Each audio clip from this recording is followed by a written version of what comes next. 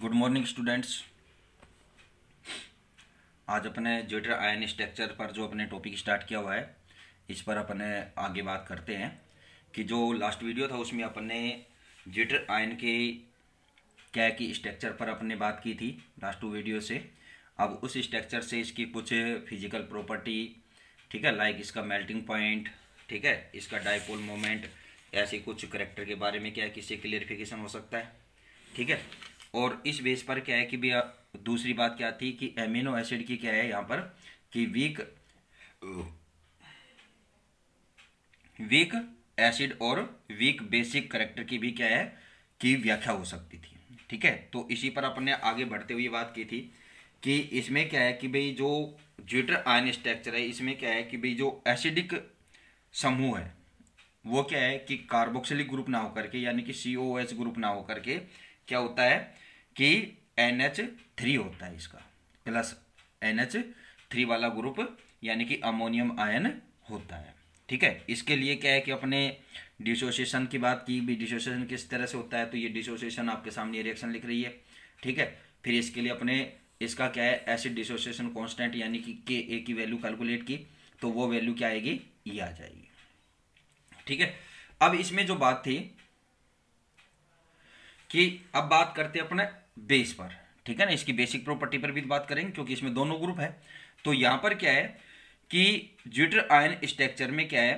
कि क्षारीय समूह क्या है कि यानी कि बेसिक ग्रुप क्या है कि NH2 नहीं है बल्कि क्या है कार्बोक्सिलेट आयन होता है, ठीक है ना। यानी कि ये जो यौगिक है यानी कि एमिनो एसिड है तो एमिनो एसिड में इस बेस पर अपन क्या कहेंगे कि इनमें क्या है कि जो बेसिक ग्रुप है यानी कि क्षारीय जो समूह है वो क्या है कि NH2 ना होकर के क्या होता है कार्बोक्सिलेट आयन होता है, जो क्या है कि प्रोटॉन ग्रहण करके क्या बनाता है कि अपनी बेसिसिटी को शो करता है, ठीक है। तो ये किस तरह से करेगा तो इसको नोट करते हैं। देखिए यहां पर जैसे अपने ऑलरेडी बात की है तो ठीक है ना, आगे बात करें तो इस कंपाउंड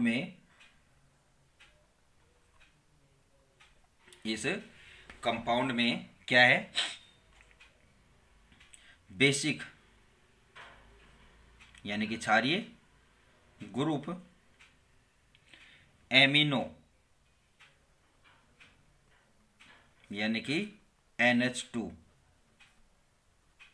न होकर क्या होता है कार्बोक्सिलेट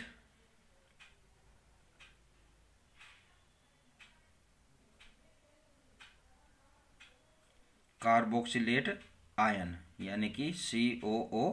माइनस, ठीक है, कार्बोक्सिलेट आयन होता है जो प्रोटॉन एक्सेप्ट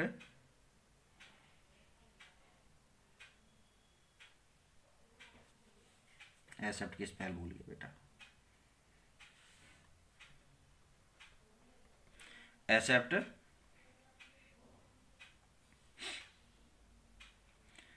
कर के बेसिसिटी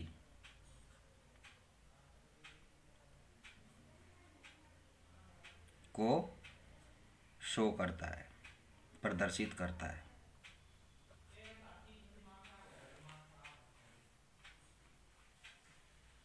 ठीक है। जैसे यहां पर एग्जांपल ने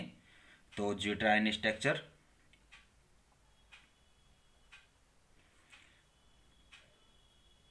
CH ये एल्किल ग्रुप हो गया और ये कार्बोक्सिलेट आयन, ठीक है, प्लस पानी तो यहां पर क्या फॉर्म होगा H3NCHR और यहां पर क्या फॉर्म हो जाएगा COOH प्लस हाइड्रोक्सिल आयन, ठीक है। कि अब कार्बोक्सिलेट आयन ने क्या है कि वाटर से एक क्या कर लिया प्रोटॉन एक्सेप्ट कर लिया और प्रोटॉन एक्सेप्टर क्या होते हैं बेस होते हैं, ठीक है, ब्रोंस्टेन-लोरी थ्योरी के अकॉर्डिंग, ठीक है ना। तो इस साम्य यानी कि इक्विलिब्रियम इक्विलिब्रियम, ठीक है, इस साम्य के लिए बेस डिसोसिएशन कांस्टेंट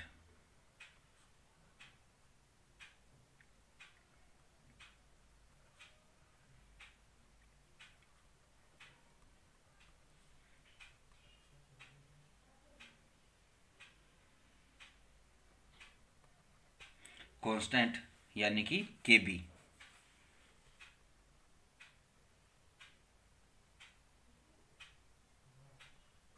क्या है, Kb equal to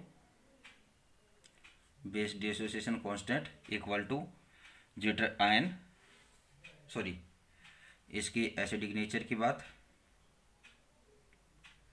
H3N plus CHR COOH इसकी कंसंट्रेशन और साथ में किसकी, हाइड्रोक्सिल आयन की कंसंट्रेशन, ठीक है, अपॉन किसकी कंसंट्रेशन, ज्यूटर आयन की कंसंट्रेशन,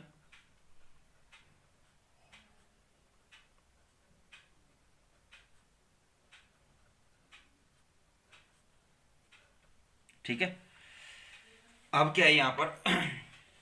ये इसकी कंसंट्रेशन आप इस तरह से कैलकुलेट करेंगे यहाँ पर, ठीक है ना, ये सॉरी डिसोसिएशन कांस्टेंट, कंसंट्रेशन नहीं, इनकी डिसोसिएशन कांस्टेंट, ठीक है, एसिड और बेस का, एसिड का तो आपको लास्ट वीडियो में ये बताया, ठीक है, और ये क्या है, बेस का, अगर ये बेसिक बिहेव करता है तो इसका डिसोसिएशन कांस्टेंट ये हो जाएगी वैल्यू, और इसमें ये हो जाएगी एसिड में, ठीक है। अब बात होती है आगे कि जो एक्वस विलियन में क्या है कि क्या होता है कि किसी भी एसिड एवं उसके कॉन्जुगेटेड क्षार, ठीक है ना, उसके साथ संयुग्मित क्षार बेस, जैसे लाइक आप यहाँ पर क्या है, एसिटिक एसिड है, ठीक है, एसिड एवं एसिटेट आयन है तथा, ठीक है, इसी तरह से किसी क्षार एवं उसके कॉन्जुगेटेड एसिड, लाइक यहाँ पर क्या है कि मेथिल एमीन, ठीक है, अमोनियम आयन के क्या है कि इनके बीच जो रिलेशनशिप है वो किस तरह से होगी कि भाई इनका जो है डिसोसिएशन, एसिड का डिसोसिएशन कांस्टेंट इनटू बेस का डिसोसिएशन कांस्टेंट इक्वल टू क्या होता है, 10⁻⁻14 होता है, ठीक है। देखिए इसको साथ साथ लिखना ही पड़ेगा तभी बार पड़ेगी अपनी।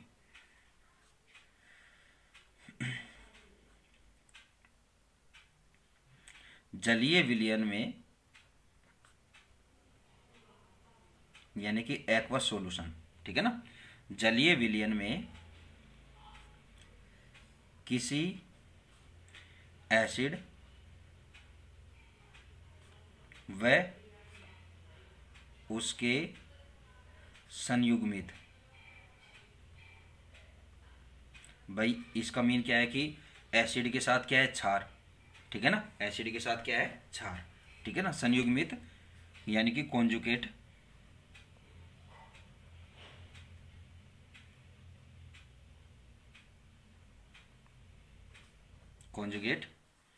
क्षार यानी कि बेस, ठीक है, बेस लाइक जैसे acetic acid CH3COOH, acetate ion CH3COO-, ठीक है ना। तो इसके साथ क्या है कि एक एसिड है एक बेस हो गया इसमें दोनों, ठीक है, ठीक है, तथा किसी क्षार यानी कि बेस एवं कॉन्जुगेट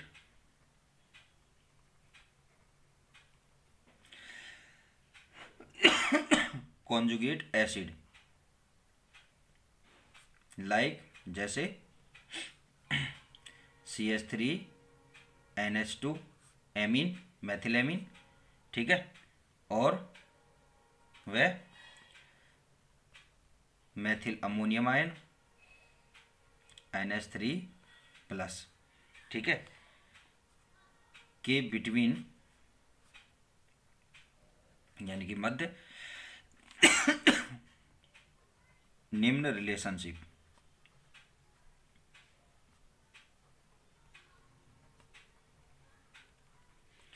संबंध होता है। ठीक है, क्या संबंध होता है कि इनका डिसोसिएशन कांस्टेंट यानी कि एसिड का इनटू बेसिड का डिसोसिएशन कांस्टेंट इक्वल टू 10⁻⁻14 होता है। ठीक है, तो इस रिलेशनशिप के आधार पर क्या है कि हम जैसे ग्लाइसिन है तो ग्लाइसिन में क्या है कि अमोनियम जो आयन है समूह के लिए क्या है कि इसका डिसोसिएशन कांस्टेंट क्या होता है 1.6 इंटू 10⁻⁻10। ठीक है, तो इट मीन यहाँ पर क्या है कि NH2 समूह के लिए ये वैल्यू क्या हो जाएगी डिसोसिएशन कांस्टेंट यानी कि ये बेस है। ठीक है, तो इसके लिए इसकी वैल्यू क्या हो जाएगी Kb इक्वल टू 6.3 इंटू 10⁻⁻5 हो जाएगी। ठीक है, कि इस रिलेशन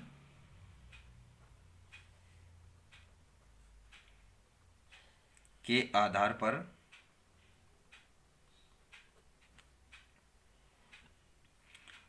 पर ग्लाइसिन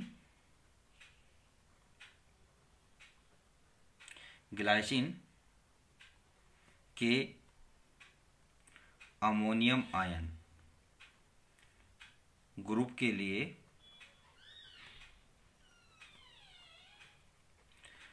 लिए एसिड डिसोसिएशन कांस्टेंट क्या हो जाएगा Ka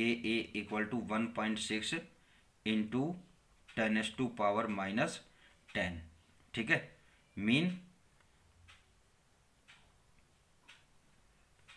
ठीक है NH2 ग्रुप के लिए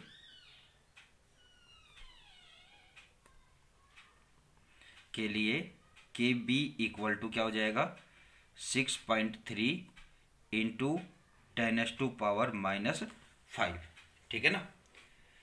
10⁻⁻ क्या हो जाएगा -5 होता है। ठीक है, कैसे होगा कि देखिए यहाँ पर कि अपने क्या पता है कि Ka into Kb equal to क्या होता है 10⁻⁻14। इस इक्वेशन में आपने बताई ये वैल्यू। ठीक है, तो यहाँ पर अपने Kb की वैल्यू कैलकुलेट करें, ये वैल्यू कैलकुलेट करेंगे यहाँ पर। ठीक है ना, तो Kb इक्वल टू क्या होगा कि इसका मल्टीप्लाई हो जाएगा इसमें सीधा सा। ठीक है, तो क्या हो जाएगा 10⁻⁻14 अपॉन Ka यानी कि से डिवाइड हो जाएगा, क्रॉस मल्टीप्लिकेशन होगा, सीधी बात है। ठीक है ना, तो इक्वल टू क्या हो जाएगा कि 10⁻⁻14 अपॉन 1.6 इंटू 10⁻⁻10। ठीक है, तो आप इसको सोल्व करेंगे तो वैल्यू क्या निकल के आएगी, ये वाली वैल्यू निकल के आएगी इसमें। ठीक है, अब इसके बाद जो बात होती है कि इसी तरह से अपने ग्लाइसिन के कार्बोक्सिलेट आयन के लिए निकालें हैं वैल्यू।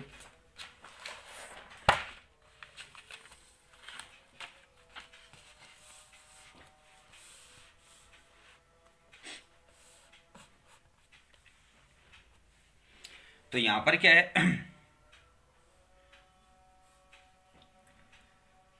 इसी प्रकार ग्लाइसिन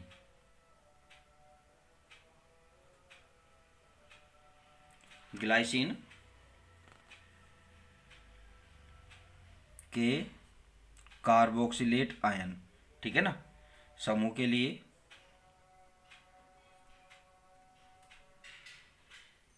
ग्रुप के लिए जो इसका बेसिक कांस्टेंट डिसोसिएशन कांस्टेंट है वो क्या है 2.5 इंटू 10⁻⁻12। ठीक है, मीन इसका अर्थ क्या है, का अर्थ है कार्बोक्सिलिक ग्रुप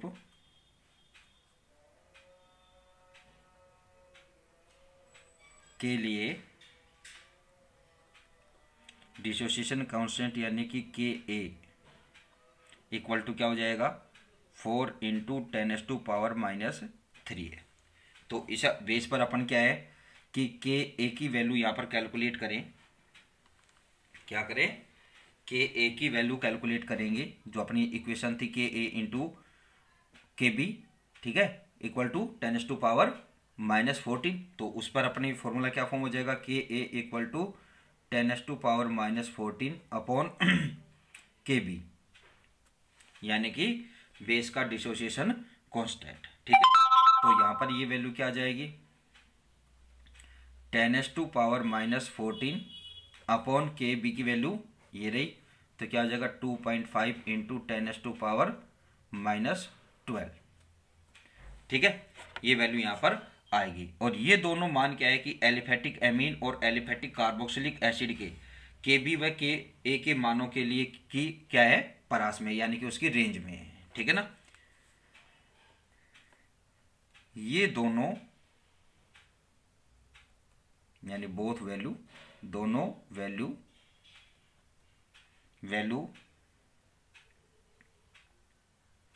मान एलिफेटिक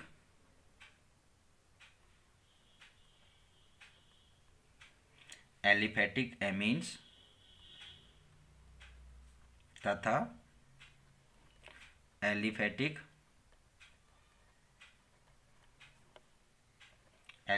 कार्बोक्सिलिक एसिड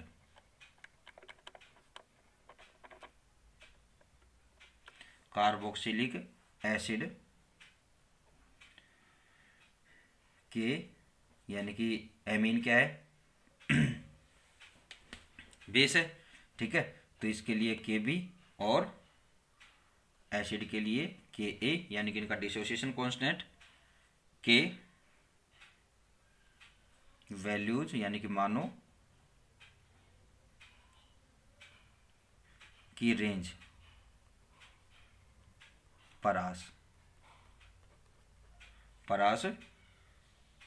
में ही है। ठीक है ना, उसी रेडियस में, यानी कि तरह से उसी उसमें है। ठीक है, अब इसके बाद एक बात और होती है कि एमिनो एसिड में क्या होता है कि दो अम्लीय ग्रुप है, एक तो क्या है अमोनियम आयन और एक क्या है कार्बोक्सिलिक ग्रुप है। यदि किन्हीं परिस्थिति यानी कि कोई रेयर कंडीशन में इन दोनों समूह के मध्य क्या है कि अगर क्या हो जाए कि अपन ये कहें कि कंपटीशन हो जाए, प्रतिद्वंदिता, ठीक है ना, कंपटीशन हो जाए, तो क्या होगा कि प्रोटॉन देने वाला समूह क्या होगा, COOH, यानी कि कार्बोक्सिलिक ग्रुप ही होगा, NH3 ग्रुप, यानी कि अमोनियम आयन नहीं होगा। क्यों होगा ऐसा, तो इसमें क्या है कि इस प्रकार के क्या है कि जैसे इसमें क्या है कि अपन Ka, यानी कि जो इसका कार्बोक्सिलिक एसिड का डिसोसिएशन कांस्टेंट की जो वैल्यू है वो greater than the dissociation constant, acidic dissociation constant value of the ammonium ion. ठीक है ना, यानी कि क्या है, कहने का मतलब मेरा कि जो इनका डिसोसिएशन कांस्टेंट है, यानी कि कार्बोक्सिलिक एसिड का क्या है कि अमोनियम आयन से क्या है, ज्यादा है। ठीक है, तो उस कंडीशन में क्या है कि दूसरी बात क्या है, यहां पर बेस की बात की जाए कि इसी तरह से दो बेसिक ग्रुप है, और बेसिक ग्रुप में क्या है जैसे एमीन और कार्बोक्सिलेट आयन है, तो इनमें भी अगर कंपटीशन होता है तो प्रोटॉन देने वाला कौन सा होगा कि NH2 ग्रुप ना होकर के क्या होगा यहां पर कार्बोक्सिलेट, सॉरी जो बेसिक है तो प्रोटॉन ग्रहण किया जाएगा, देना नहीं, सॉरी, जो प्रोटॉन ग्रहण किया जाएगा वो क्या है NH2 ग्रुप से के द्वारा ग्रहण किया जाता है, ना कि कार्बोक्सिलेट आयन के द्वारा ग्रहण किया जाएगा, एक्सेप्ट किया जाएगा, क्योंकि इनका जो बेस डिसोसिएशन कांस्टेंट वैल्यू है वो क्या है कि एमीन की ज्यादा होती है, किसे, कार्बोक्सिलेट आयन से। तो इस पर थोड़ी सी बात और भी है अभी, तो एक वीडियो और बनेगा अभी, तो फिर आपको ये कंप्लीट करके और एक स्पेशल वीडियो में इनको कंप्लीट शुरू से लास्ट तक इस ज्योमेट्री आयन को डिस्कस करेंगे। ठीक है ना, क्योंकि अभी तो पार्ट्स में चल रहा है तो थोड़ा सा आपको रिवाइज भी करना है, तो आप कंटिन्यू वीडियो देख लें लास्ट वाली से लेकर के। ठीक है, थैंक यू।